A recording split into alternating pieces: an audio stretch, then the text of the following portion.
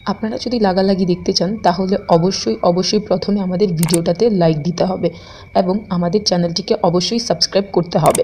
এরপরই ঘাপা